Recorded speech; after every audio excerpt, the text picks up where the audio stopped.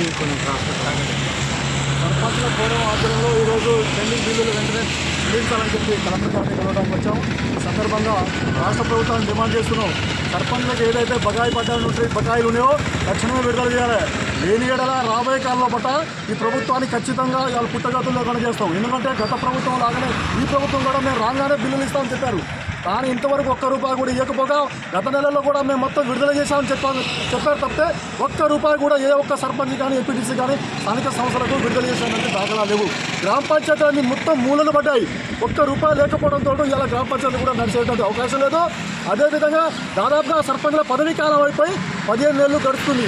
ఇవాళ లక్షల రూపాయలు అప్పులు తెచ్చి ఇవాళ చాలా మంది ఇవాళ సర్పంచులు ఆత్మహత్యకి పాల్పడుతున్నారు. కాబట్టి ఇప్పటికైనా సిగ్గు శరం కనుక ఉంటే ఇలా మాకు బకాయి పడ్డటువంటి ఇవాళ లక్షల రూపాయలు బకాయి పడ్డాం మేము. కాబట్టి ఇవాళ అప్పుల పాలైనాం. కాబట్టి ప్రభుత్వం తక్షణమే ఇవాళ మాకు రావాల్సినటువంటి బకాయిలు తక్షణమే చెల్లించాలి. అనంతరం మాత్రమే ఇవాళ ఎన్నికలకు పోవాలని చెప్పి అంటున్నాం.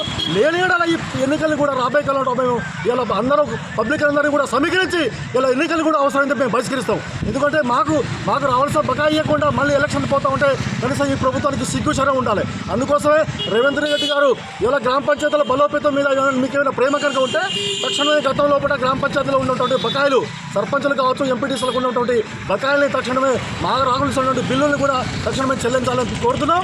అదేవిధంగా మేము ఈ గ్రామాల అభివృద్ధికి మేము ఎంత కష్టపడ్డామో తెలుసు. ఇవాళ గ్రామాలు బలోపేతమైనాయంటే ఇవాళ కేవలం సర్పంచుల వల్లనే. అది తెలుసుకోకుండా ఇవాళ మా బిల్లులు ఇవ్వకుండా మీరు మాత్రం 10%, 15% మాత్రం ఇవాళ మీరు లంచాలు తీసుకొని ఇవాళ అనేకమైనటువంటి పెద్ద కాంట్రాక్టులు మాత్రం డబ్బులు ఇస్తారు.